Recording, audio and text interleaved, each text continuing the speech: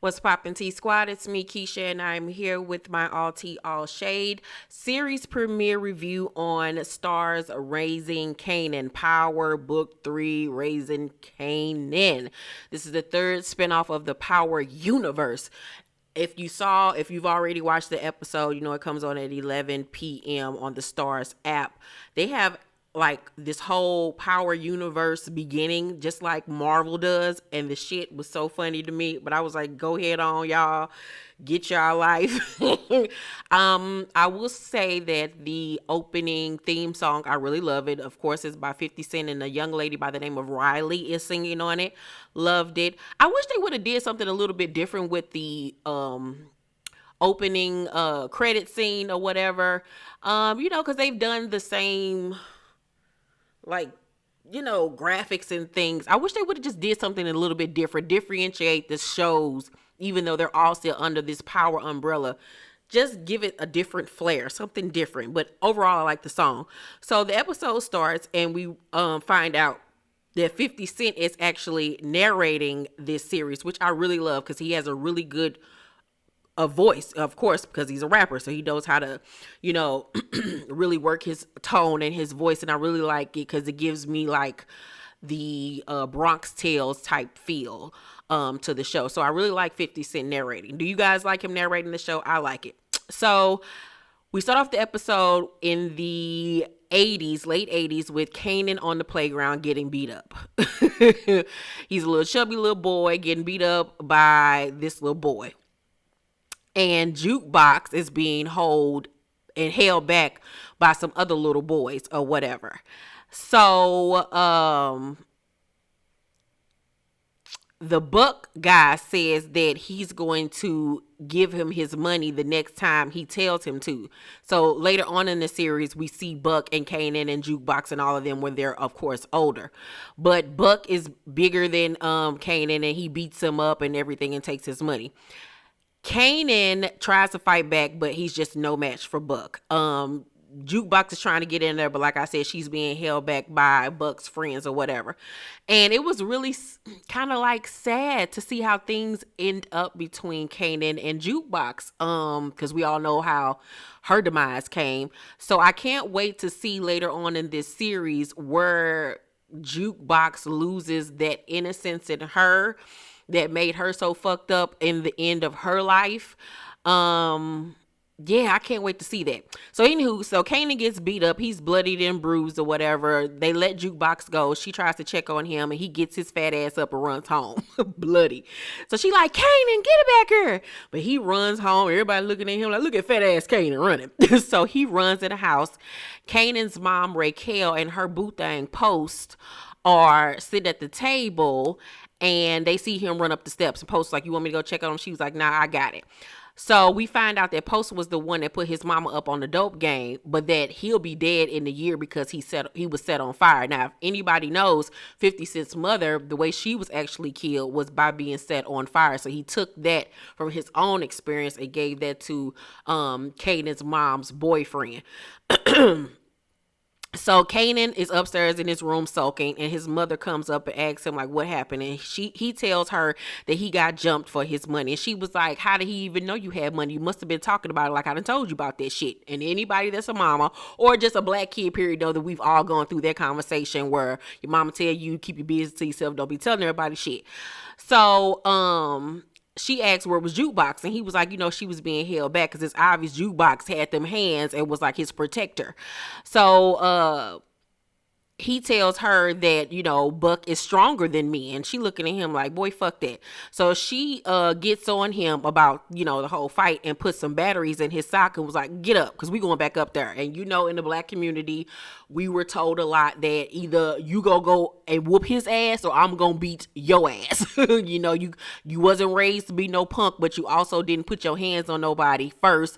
You know what I'm saying? Your mom always told you don't be hitting on nobody, but if somebody hit on you, you better hit their asses back. So they got up, they got in her little Corvette or whatever and went back up to that playground, baby. Kanan was scared, but Raquel was like, look, deal with them or deal with me, but ain't nowhere to run when it comes to me. Get yours, boy. Go on and do your little thing, cause you don't want to see these hands, cause I'll beat you and this little nigga up. So Kanan is scared or whatever, but he builds his little courage. He goes and he steps to Buck and he slaps the shit out of him with that sock with that battery in it. And then his bands that was helping him, he beat the shit out of him too. Everybody on the playground like, damn, Kanan came back. Da, da, da. And he was like, that was my first time where my name rang bells through the streets, but it wasn't the last time. So we saw at that point like the making of this beast of a man that we got to know on Power. But if you remember on Power, Kanan was never the villain. He was done wrong by Ghost, but he was never the villain. So then we fast forward to 1991.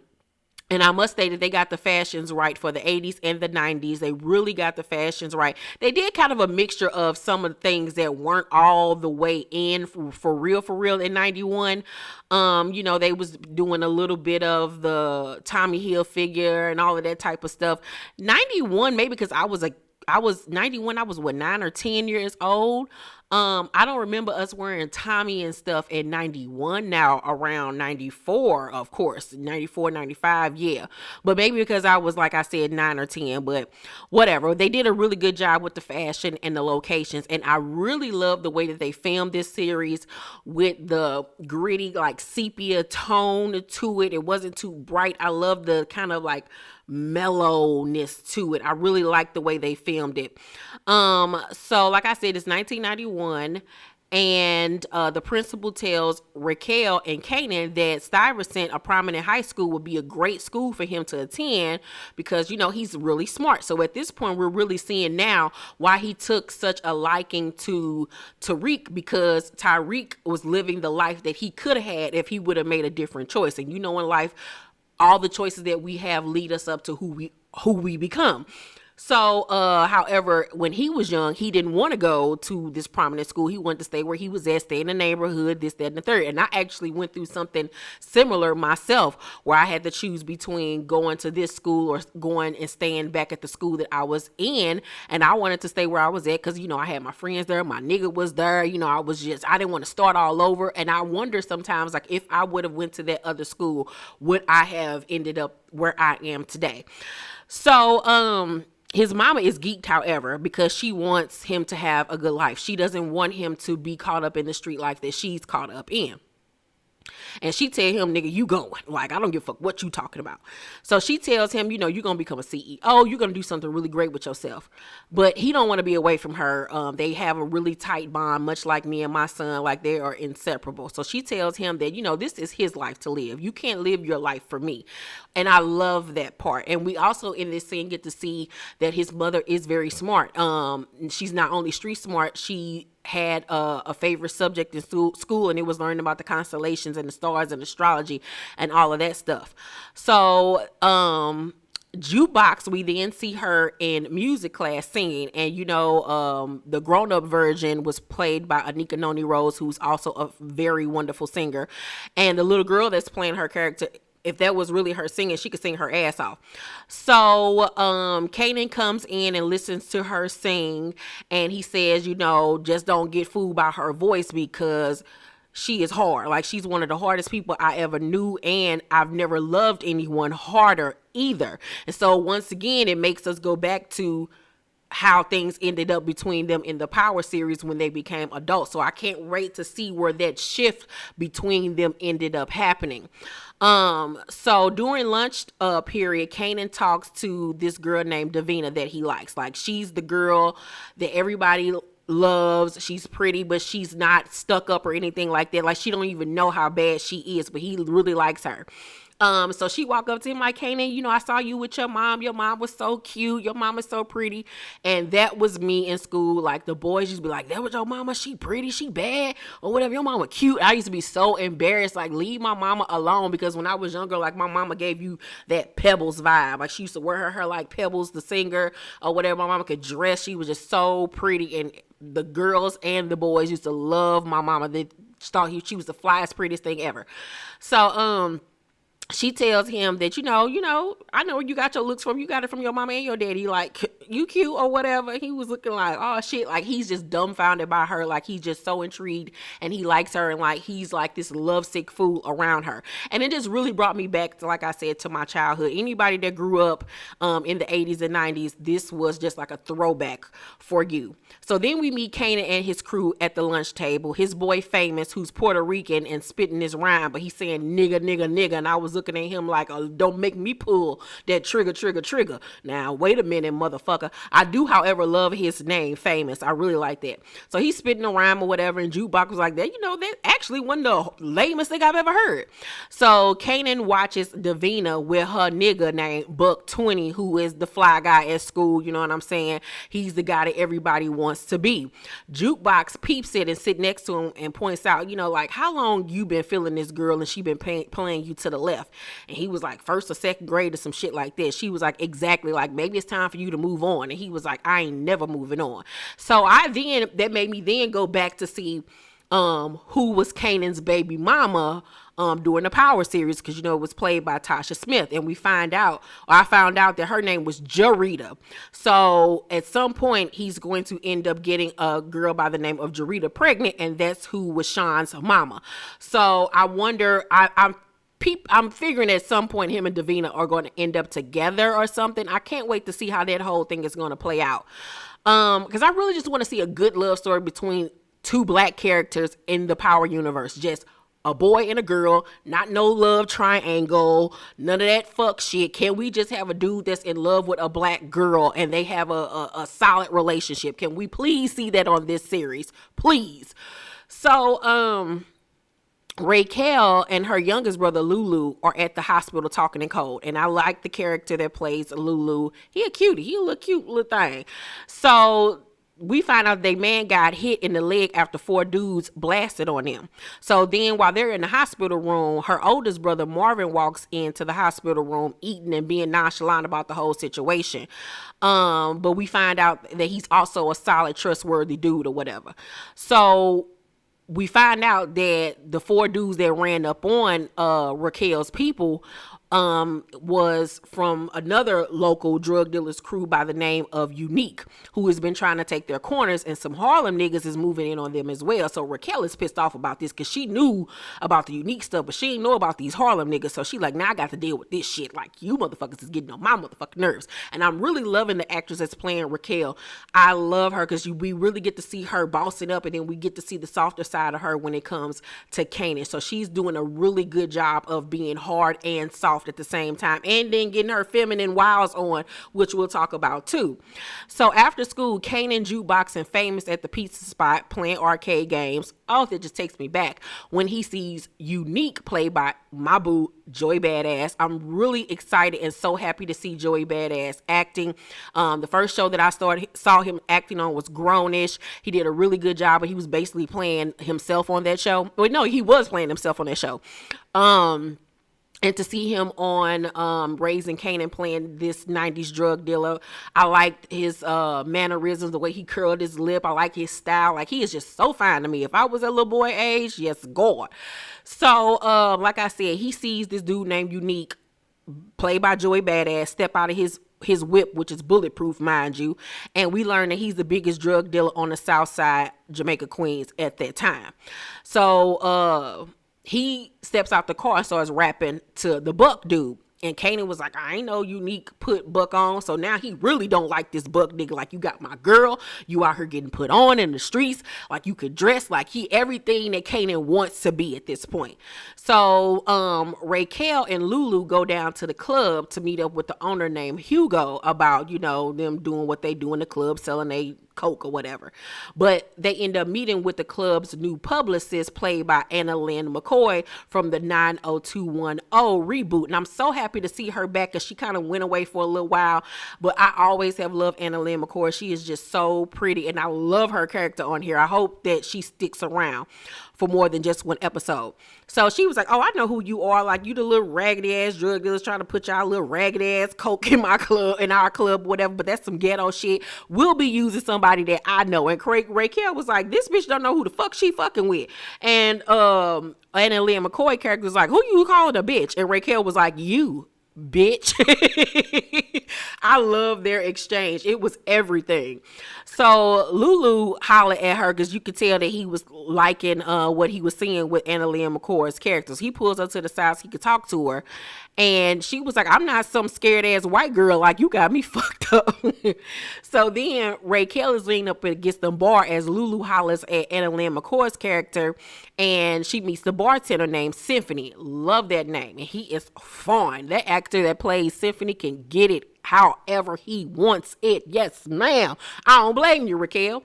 So we find out that, he's the bartender, but he's also getting his master's degree. They flirting with each other. He see her, she see him. Yes, sir. Let's get it on. So she ends up leaving or whatever. Kanan and the fam are at this place called Lamont's Diner, which is like their spot. And he's like he said in his narration that it was like the spot where he had some of his greatest times at. So him and the family are there and they're talking about the Stuyvesant school. And Jukebox, we learned, also got offered a shot to go there, but she didn't take it because her father, Marvin, told her that white folks won't ever give her a chance to succeed. You could tell she kind of felt some way about that. And we also see that there is some issues between her and her father, and that he's holding her back and he doesn't believe in her dreams and her wants or whatever, because he's stuck in that lifestyle and that fucked up way of thinking. So Famous and his sister Jessica walk up, and Lulu is feeling her too. Like, Lulu got a thing for these little white girls and Latina girls or whatever. Fuck, I need to just make sure Lulu likes the black girls or whatever. And you could tell she was feeling him too. So they join Kanan and them for dinner, and Jessica sit next to Lulu and they rapping with each other. So after they eat outside, Raquel and Marvin is talking in code once again, and Kanan peeping game. So while they talking, Jessica is rapping to Lulu. Famous goes over to Kanan, was like, yo, I don't want your uncle fucking with my sister, like, cause she ain't built for this life or whatever. And so as they're talking, Buck and some dudes come rolling down the street, blasted in the air, and everybody jump down like, what the fuck is going on?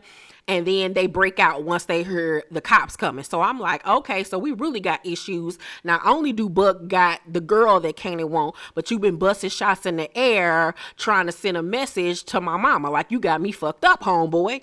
So that night, Kanan laying in bed thinking, because, he like, yo, this nigga got me and my family fucked up. So Raquel checks in on him, and he tells her that he knows who shot at them. And she was like, you don't know what you think you know. Like, calm the fuck down, little nigga. Calm the fuck down, little Wody. I got this. Kanan was like, nah, I know more than you think I know. Like, that little secret language you talk with Uncle Marvin and Lulu, supreme mathematics and alphabet. I'm telling you, I know stuff. So she tells him to focus on the test in school. And Kanan was like, what if something happens to you? What happens to me then? And anybody that is a single mother that is raising your kids or your child by yourself, that is the thing that is constantly on our mind. Like, God forbid something happens to me, what is going to happen to my child? So I really felt that moment, because it was just like watching me and my son having a conversation. You know what I'm saying? Because we've had those conversations. So Raquel was like, you go live with your mother. That's why your grandmother, that's why I got her the house. So you always have a place to go. And it's very reminiscent also of 50 Cent and how he was raised with his mother, even though he was very young when his mom died. It's still very reminiscent of that. So I can see that he inflicted like a lot of his own childhood stuff into the Kanan character. So Kanan was like, I don't want you to die. Like, mama, like, you're like my life, my love. Like, I don't want to see you die. So it's obvious that at some point during this series that Raquel's character is going to end up being murdered. I'm guessing Raquel's character, this is my first prediction. I'm guessing that by season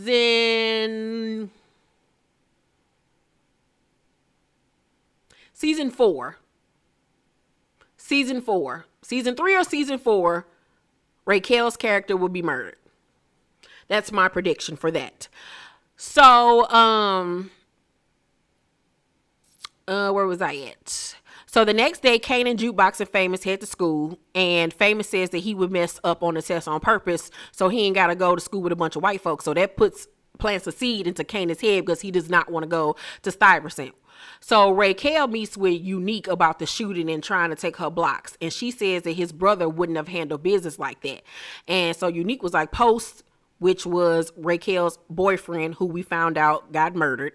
And his brother had an agreement that those blocks was a no man's land. You and your mans ran up in there and snatched it up without checking in. So Raquel was like, Post deals ain't my deals. Like, I don't give a fuck what he had planned with your brother. Like, but this is a whole new day and this is a new life for me on some Nina Simone type shit. So she tells him that he can get 140 through 143rd Street while she takes the other 4. He was like, why you get more than me? She was like, look, nigga, you gonna either take it or you're not. So at first he kind of hesitating, but he agrees. So then we see Annalyn McCord character in the bed fucking. Now I didn't go back to see, but I'm going to go back and watch the episode anyway tonight. But was that Symphony she was in the bed fucking? Because he acted like he couldn't see it for her when he was talking to Raquel. So I'm going to go back and watch it, though, and get a better, clear answer on that. But it looked like him, but I wasn't sure. But anywho, so Annalyn McCord character is in the bed fucking, and she smells something. So I was like, what the fuck she smelled? This nigga fart? Did he defecate on himself? So she get up out the bed to go see what the hell she's smelling. She walk in the kitchen and see that her dog, Bella, has been placed in a microwave or whatever. So she screams. And we realize that when Raquel told her she ain't the one to fuck with, she was not playing. So Raquel drops Kanan off at the Stuyvesant school for the test and kisses him goodbye. Like, she's so excited and so happy for him, but he is just not feeling it. So while he's in the place taking the test, he decides to flunk it on purpose and leaves early. And I was like, we really get to see at this point, like, if he would have made a different decision, like he could have used all of those smarts that he has, the street smarts, and really done something good with himself if he would have just focused it elsewhere. And that was the pivotal point in his life where he could have went here, but he went there. So Raquel Worker gives her the dog chain and was like, I did what you wanted. I put that motherfucker on medium rare. So Kane, and then also that dude that was playing Raquel's Worker, that's the dude from David Makes Man season 1. Love him. So Kanan meets with Famous and his boys at the pizza spot, and one of his partners named D Wiz tells him that they saw Buck on 140th. And so he looking like, oh, this nigga really playing in our face. Like, he tried to shoot at my mama. Now he on her block. Like, what the fuck is going on? And we also find out that D Wiz ain't no punk pussy ass nigga. He really about that life, and like, that's his man's man. I like the dude that's playing his character because he gives the character a little bit of depth with the drawl and the slowness with the way that he speaks. I'm really liking this D Wiz character. But in this part, we see once again Kanan making decisions that aren't good for him because he doesn't know that his mother had already worked shit out with Unique. And so now he going behind his mother's back thinking he doing something, and all he's doing is creating a war and creating beef and creating problems. So Kanan was like, we gonna go handle this. And I'm like, look, nigga, sit your ass down somewhere, fat boy. So Jukebox waits outside this private school for this white girl that she likes. And the white girl little friends is like, who is this Becky? Oh my God, I don't know what the fuck is going on here, but like, who is this nigga? So they end up, so then after that, Raquel and Marvin are together, and he tells her that Hugo said they're good with the whole club shit, with the selling drugs in the club. I really wish they would have did something different with that, instead of repeating the whole storyline of selling drugs in the club. Even though we know that that's prominent in the drug community, I would have preferred for them to do something different. Like, let's switch things up a little bit, have them dealing drugs elsewhere. Like, we've done the dealing drugs in the club, we've done the dealing drugs in the school. Pick somewhere else, please. But we're here already. So, and that's what I be saying with the writers over there at Power. Like, they have great ideas, but then in other areas, they're very lazy with their writing. So, the white girl and Jukebox are on top of this building kicking it or whatever, and the little girl tell Jukebox that she's pretty, and Jukebox was like, I know. The fuck. So the little white girl tries to kiss her, and she pulled back, because she did. At that point you could tell that she wasn't comfortable in her sexuality yet and didn't really want to face the fact that she was a lesbian. And the girl peeps and points out that she was nervous, and they just hold hands or whatever, so we can see that this white girl is Jukebox first look boo thing. And I was like, oh, she had to be white, but okay, I guess, what the fuck ever. So Kanan and his boys are about to run up on Buck who is on the corner, but Famous and some of his other partners bitch out because Famous like, what I'm gonna do if these niggas start shooting back at me? He was like, girl, please, I'm too light skinned for this. So Kanan and D Wiz decide to handle it on their own. So they walk around the corner and Buck like, fuck you on Kanan. Kanan and D Wiz then pull out their guns and start blasting on them niggas, and they shoot them niggas the fuck up. Buck is on the ground bleeding and shit, trying to speak, and Kanan was like, he trying to talk. And he walk up on him and stoop over him, trying to figure out what the nigga trying to say, and Buck grab him by his shirt. Now he got his blood all on his shirt and shit, and everybody scattering. You hear the police in the background, and 50 Cent is narrating saying, you know, this was my first body. Like, you never forget your first body, and it haunts you, and this, that, and the third. So the police sirens are going off, and they like, yo, we got to go. So they get to running and shit. At first when I was watching it, I was like, why would he just be sitting there after he didn't shot up the block trying to, it's like, why would he go to check on him? Like, the fuck? I had mixed emotions about that scene because it's like, in reality, you just shot up the block in broad daylight. Everybody know who you are. Would it be realistic that he would go check on him and for that long and like sit there? But then the other part of me was like, from a writer's aspect, this is somebody that he grew up with, although they had beef and shit. I still knew you. You know what I'm saying? It's like I knew you. So it's like, damn, I not only just took a body, but it's somebody I knew growing up my whole life. You know what I'm saying? Even though we wasn't cool. So I don't know. I had mixed emotions about that part. So Raquel and Symphony go out on a date, and she tells him that, you know, she don't really fuck with people like that because of what she do. And he was like, if it ain't a problem for you, it ain't a problem for me. And I was like, you better put your dick on the table, Symphony. What's good, Symphony? But you can tell they're gonna have issues because Raquel is so used to being dominant, that's gonna be an issue between them because she doesn't really know how to be soft. So Lulu ended up popping up on her date and whispers in her ear, Kanan. So she immediately gets up and pays for the dinner. And he looked like, I asked you for the date. Like, why are you paying? And you could tell he was like, what the fuck is going on here with that shit? So then we see them back at the crib, and Kanan says, you know, she's going off on Kanan about what he did. And he was like, Buck tried to kill you. Like, what the fuck? So she tells him, you know, I gave Unique those corners. And Kanan was like, why would you do that? And Marvin says underneath his breath, great question. And baby, that was the wrong thing he should have said, because Raquel was like, you want to start your own shit? But if the past taught us anything, it proves that you can't walk in these shoes. So you better shut the fuck up. And I was like, well, whoa. She got Marvin the fuck together. So Marvin asked Jukebox, like, where was you doing all this? And so she's sitting there, because we know where she was at for real. And she was like, choir practice. He was like, you see this shit? Singing. Her ass up here singing. What the fuck is going on? He on his Ike Turner type shit or whatever. So I know when she comes out as being gay, he is really going to be pissed. So Kanan was like, am I staying here or am I going? Because if you really didn't want me in this life, you wouldn't have kept me here. You would have sent me to grandmama's house a long time ago. He was like, girl, you need to make up your mind. So Raquel was looking at him like, look, nigga, who the fuck you talking to? Go to your room. And he was like, I'm grown. Somebody got to have your back. That's who I am. Like, I am built for this. And she was like, I tell you who you are.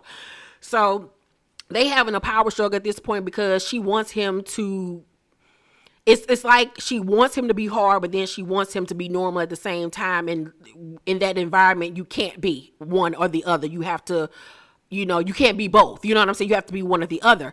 So his uncles tell him to go burn the sweatshirt. So, you know, because we can't have any evidence. So he goes upstairs and he damn near punching the wall and shit like Cuba Gooding Jr.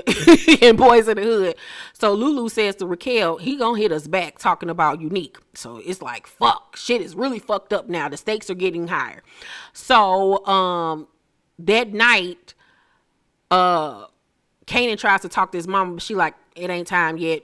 I ain't ready for all that. Go on and take out that trash and go on upstairs to your room, because I'm about to take you to your grandmama's house. And he was looking like, are you fucking kidding me? He was like, all right. So he takes out the trash or whatever. And I knew as soon as he went outside, somebody was going to come spraying. And I was like, sure enough, here we go. So niggas come up the blocks busting or whatever in retaliation for Buck or whatever, but Kanan does not get hit. His mama comes outside on the porch blasting off on niggas, because that's what mamas do. So Omar Epps' character, Malcolm, who is a cop, swoops through. Now, it's obvious that the Malcolm's character and Raquel have history. I don't know how they have history, but they have history. And I'm thinking it's through Unique's character, like maybe they're brothers or something like that, but it's obvious they know each other. So he tells Raquel to get out while she's still alive, and she was like, I ain't got nothing to worry about. Like, it was some dude shooting at the wrong house, so she lied. So her brothers end up coming through to check on her, and Kanan asked Jukebox where she was, and she just standing there, and he was like, with the white girl, and she started laughing. So Lulu tells Raquel them boys is coming after Kanan, and ain't no escalator or no school gonna save him from that. And Marvin was like, neither is his mama. Like, girl, like, your son accepted some shit, and we gonna have to figure this shit out. So Raquel tries to pay Unique off, and Unique was like, girl, you really think I'm about to take this money after your son and kill one of my peoples after we made the truth? Like, you making me look crazy. And he tells her, like, I want all the corners now. And, my people gonna be looking at me crazy and asking me questions if I don't do something about this. And so he was like, look, I'll dead the bounty on your son, but Buck got a lot of people and they might want to take matters into their own hands, sis. And Raquel was like, Kanan ain't in this. And he was like, that's why I always say this hustle ain't for bras, because you can't give a fuck about nobody. Distractions make you weak. And Unique was like, all them corners is mine now. Like, ain't no ifs, ands, or buts about it. So Raquel was like, I'm not blinking, Unique. My eyes are wide the fuck open. So now we are in a full-blown war now between these two sets. So that night, Raquel wakes Kanan up and tells him to get dressed. He thinks that she's about to take him to his grandmother's house, but she takes him far out. And she asks him how the test went for real. He tells her that he threw it. So she like, this motherfucker hurt. So like, now she really ain't got no choice. So she tells him to look up at the stars, and she points out Orion, the hunter. And she was like, that's who we are. We're always the hunter, never the hunted. So then she teaches him how to shoot a gun properly.